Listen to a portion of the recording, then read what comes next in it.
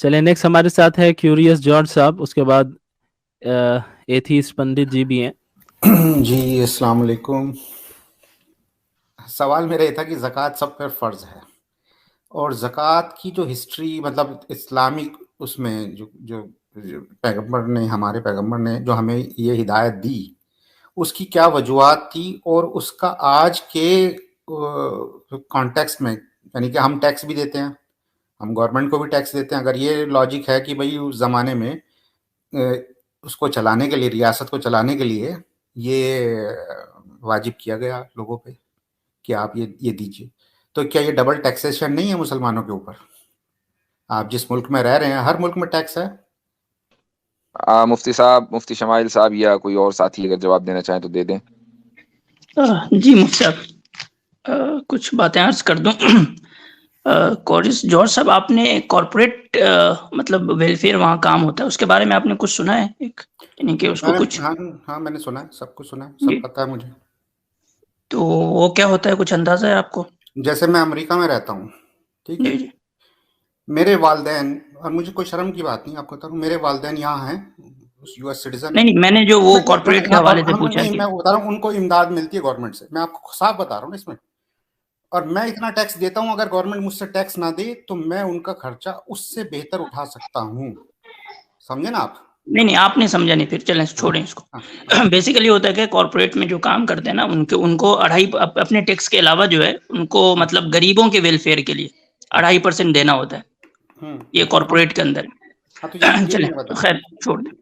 तो ये वो जो असल में ज़कात इंडिया है का ना, कानून है, जी आसिफ जी, भाई, मैं वो इंडिया की यूएस बात में कर नहीं रहा है जी। हूँ। जी जी, मुझे लगा कि शायद ये भी यानी नहीं, इस मैं खित्ते अमेरिका से की बात ताल्लुक कर रहा रखता है। हूँ, जिस मुल्क में मैं रहता हूँ, मैं चलें इस चलें, मुल्क खैर का कोई नहीं कोई नहीं। सिटीजन हूँ, तो मुसलमान हूँ, चलें, टैक्स देता हूँ, मेरे जी जी, टैक्स के ठीक ठीक, पैसे से बेहतर। मेरे माँ बाप को दिया जा रहा है और हजारों लोगों को दिया जा रहा है, और मुझे सहूलियात भी दी जा रही हैं, यानी कि मेरे घर जी के जी, आगे मैं सब सड़क है, समझ गया, मैं पानी है, अब उसको, सीवर है, सब कुछ है, ये वो जो मेरे टैक्स के ज़कात है पैसे ना, ज़कात असल में उसके जो मवाक़े भी हैं कि हम्म, कहाँ-कहाँ इस्तेमाल होता है, हम्म, वो कुरान में बयान हुए हैं।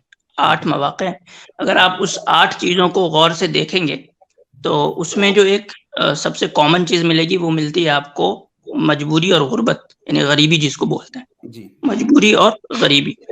तो ज़कात इसलिए नहीं है कि ज़कात के पैसे से जो है वो स्टेट जो है वो आपके वेलफेयर के लिए काम करे, मस्जिद बनाए, ठीक है? या फिर जो है वो रोड सड़कें बनाए, ये सब बनाए। वो स्पेसिफिक है, वो 8 एरियाज़, और वो असल चीज़ है समाज के अंदर से ऐसे लोग जिसको हम मार्जिनलाइज्ड कहते हैं, हाँ, हाँ, है ना? मजबूर और गरीब लोग, ये उनका ही हक है, स्पेसिफिकली उनका हक है। ये हम जैसे या करोड़पति या लखपति लोगों जैसे लोगों के लिए नहीं है ज़कात। तो जी, ज़कात का मेन इंटेंशन ये है कि दुनिया के अंदर या इस्लामिक स्टेट के अंदर उसका कोई भी जो सिटीज़न है, जो मुस्लिम सिटीज़न है, वो गरीब ना रहे। उसको सही बात, एलिवेट किया जाए उसके इकोनॉमिक कंडीशंस को। सही ये सही। इसका असल पर्पस है ज़कात का। तो ये अब आज मैं भी बाकी है, बल्कि ये उस वक़्त क्या, बल्कि आज तो ज़्यादा ज़रूरत महसूस हो रहा है। बिल्कुल कि आपकी आप बात सही। देखें कि दुनिया के अंदर गुर्बत, भूखमरी वगैरह कितनी ज़्यादा है, बहुत ज़्यादा है। तो ज़कात के सिस्टम को ही, यानी कि ये जो कॉर्पोरेट का, जब मुझे पता चला कि 2.5% उनको गरीब लोगों की वेलफेयर के लिए देना पड़ता है, तो मैं बहुत चौंक गया कि परसेंटेज भी उन्होंने 2.5 ही रखा है। मतलब पूरा का पूरा जो है ज़कात के सिस्टम को इन्होंने मॉडर्नाइज़ करके कॉपी करने की कोशिश की है इंडिया में। तो उसकी जो रेलेवेंसी है वो आज के ज़माने में बहुत ज़्यादा है, और इसको लोग अलग-अलग कंट्रीज़ अलग-अलग तरीके से कबूल करके उस पे काम भी कर रही है। अब सुने आप मेरी बात, अगर मुझे 5 मिनट आप दे दें 5 मिनट बहुत ज्यादा है, तो मैं मुख्तसरन जो है आप अपनी चलें, बात रखें। मैं नहीं, मैं मैं क्यूरियस अमेरिका, जॉर्ज साहब, मैं कनाडा, नॉर्थ, आपकी बात, मैं ये समझ गैर गया आपकी मुस्लिमों बात। की, गैर एक मुस्लिमों का मिनट, मुल्क है ये। एक मिनट, मैं आपकी बात समझ गया। आप ये कह रहे हैं कि जब हम ऑलरेडी गवर्नमेंट को दे रहे हैं पैसे और गवर्नमेंट उन्हीं जगहों पर खर्च कर रही है, आपने जी, जी, वालदेन का की मिसाल इसीलिए दी, तो फिर हाँ, अब हमें ज़कात देने की जरूरत क्या है? जी, उन्हीं गरीबों को, नादारों को ऑलरेडी गवर्नमेंट दे रही है मेरे टैक्स के पैसे से, यही तो आप कहना चाह रहे हैं ना? जी, जी, जी, तो लिहाजा मुझे मजीद 2.5% देने की क्या जरूरत है? जी, बात ये है ना?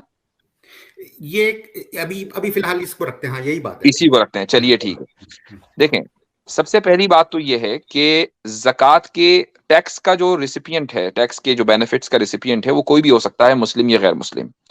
जक़ात के बेनिफिट्स का जो रिसिपिएंट होगा वो सिर्फ और सिर्फ मुसलमान होगा।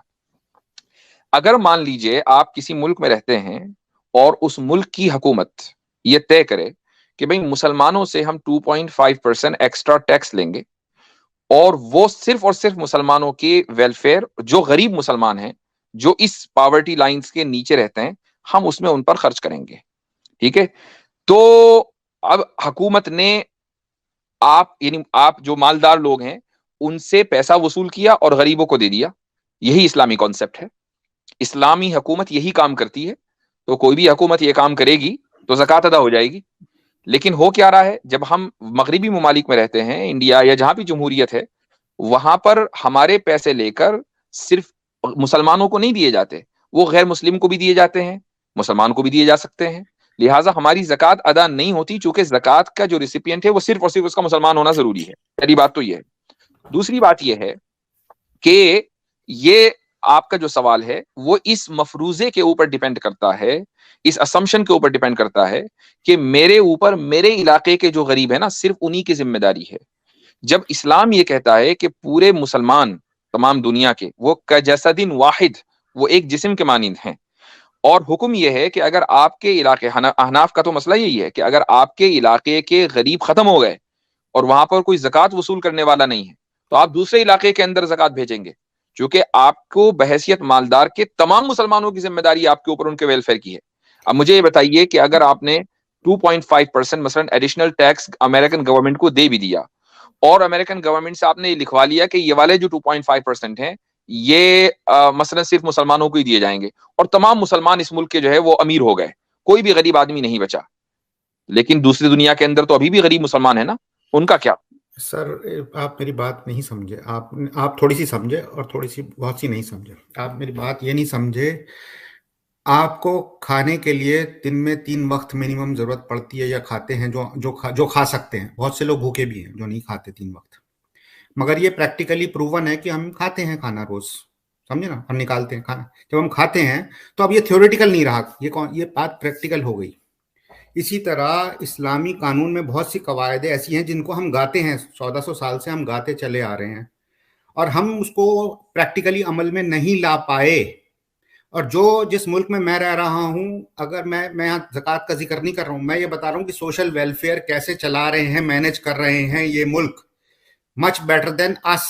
अगर हम ये बात सीना ठोक के कहते हैं कि हमारी किताब में हमारे पैगंबर ने हमें ये सिखाया, वो सिखाया वो किस काम का है, जब अगर हम इम्प्लीमेंट नहीं कर पाए। समझ रहे हैं आप मेरी बात को? आप खिलाफत के हक में हैं? मैं नहीं हूं खिलाफत के हक में, मैं तो नहीं हाथ कटवाऊंगा, समझे ना? क्यों? है? ज़कात के हक में है, हुदूद के हक में नहीं है। हुदूद की क्या बात है? और आपको ऐसा क्या लगता है, आपको ऐसा क्यों लगता है, आपको ऐसा क्यों लगता है कि जैसे ही खिलाफत आएगी तो खलीफा साहब सबसे पहले आपका ही हाथ काटेंगे? नहीं, अब जिनाकारी हो रही है, जिनाकारी के लिए पत्थर तो नहीं लगवाएंगे आप, समझे ना? जिनाकारी तो आपको ऐसा क्यों लगता है कि आप ही पर पत्थर मारे जाएंगे? नहीं, मेरे पे नहीं, मगर मेरे हाथ में भी थमाया जाएगा कि मारिए। ईरान में होता आया है। तो फिर आप सिंपल ये कहिए ना कि आपको इस्लाम से प्रॉब्लम है। मुझे इस्लाम से प्रॉब्लम नहीं है, मुझे उसमें जो कवानीन हैं जो कवानीन से प्रॉब्लम है ना? कवानीन से प्रॉब्लम है। हाँ, जो थ्योरेटिकल है, प्रैक्टिकल पॉसिबल नहीं है। वो प्रैक्टिकल पॉसिबल कैसे होंगे जब आपकी जो जिन मुल्कों के निजाम को आप खुदाई और आसमानी निजाम समझ रहे हैं, वो निजाम दूसरे निजाम को पनपने देंगे तो प्रैक्टिकल होंगे ना? नहीं होंगे ना, क्योंकि आप अमेरिका में रहते हैं, माशाल्लाह, आप अमेरिका में रहते हैं, आप यहाँ का खाते हैं, यहाँ रहते हैं आप। नहीं, मैं यहाँ का खाता नहीं हूँ, मैं अपना खाता हूँ। यहाँ कमाते हैं, रोजी आपकी यहीं चलती है ना, यहीं से आपको अल्लाह देता है, जो बाइडेन कोई देता है। अल्लाह बिल्कुल देता है। आप सिटीजन है, यूएस सिटीजन है या नहीं? मैं यूएस सिटीजन हूँ, बिल्कुल। आपने शायद ध्यान से वो नहीं पढ़ी, जब आपने ओथ ली थी, आपने उसके लफ्ज बाय लफ्ज ध्यान से नहीं सुने। कलमा आपको याद है बिल्कुल, लफ्ज बाय लफ्ज, मगर उस ओथ को आप अगर ध्यान से सुनते तो आपको, या तो वो ओथ नहीं लेते कि मुझे नहीं बनना सिटीजन, या उसके मायने आपके जिस्म में, दिमाग में, दिल में नहीं उतरे। अच्छा, 1 मिनट, ये थोड़ा सा मतलब बहुत ज्यादा ही डिस्कशन, ज्यादा नहीं, ये इसी तरह का डिस्कशन होना चाहिए जिसमें आप प्रैक्टिकल बात करें। थ्योरेटिकल तो हमें सबको पता है कि एवरीथिंग इज सो नाइस। मैं वही कह रहा हूं कि प्रैक्टिकल बात करने के लिए जो जिन ताकतों को आपने माई बाप बनाया हुआ है, वो उसको मौका कहां दे रही। इसीलिए मैंने खिलाफत की बात पूछी आपसे। आप खिलाफत के लिए तैयार है? आपने कहा नहीं, मैं तो हाथ नहीं कटवाऊंगा। जब अगर ये जो प्रैक्टिकल निजाम है ये खिलाफत ही के तहत मुमकिन है। तो हमें इनकी बात नहीं करनी चाहिए ना, जब कहीं खिलाफत है नहीं। इवन सऊदी अरेबिया में नहीं है। अभी आपको पता है कितना न्यूज में आया कि जी हैलोवीन के लिए उन्होंने मुफ्ती साहब मैं समझ गया बेसिकली ना, ये समझ रहे हैं, मैं अब समझ गया, ये समझ रहे हैं कि ज़कात जो है ना वो पूरा सोशल वेलफेयर है, वैसा नहीं, उसके दो एस्पेक्ट है। नहीं, मैं इनको एक बात, नहीं एक मिनट रुक जाइए आसिम भाई, मैं ये सब में जवाब देना, हमें बात नहीं करनी चाहिए। हम बात क्यों ना करें? जब आपके सामने खिलाफत की बात आएगी तो आप ये कहेंगे मैं हाथ नहीं कटवाऊंगा। आप जैसे लोग खिलाफत के मुखालिफ होंगे तो हम तो बात करेंगे। हम पैदा नहीं हुए ना, हम खिलाफत वाले मुल्क में पैदा नहीं हुए। अगर हम बदकिस्मती से नहीं तो आप होने भी नहीं तो नहीं दे रहे हैं ना, आप खिलाफत कायम नहीं होने दे रहे हैं, आप जैसे मुसलमान।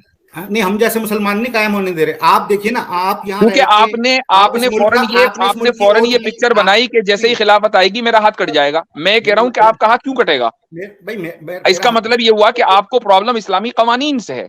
हाथ कटने का हुक्म तो कुरान ने दिया है, आपको कुरान से प्रॉब्लम है, ये कहिए।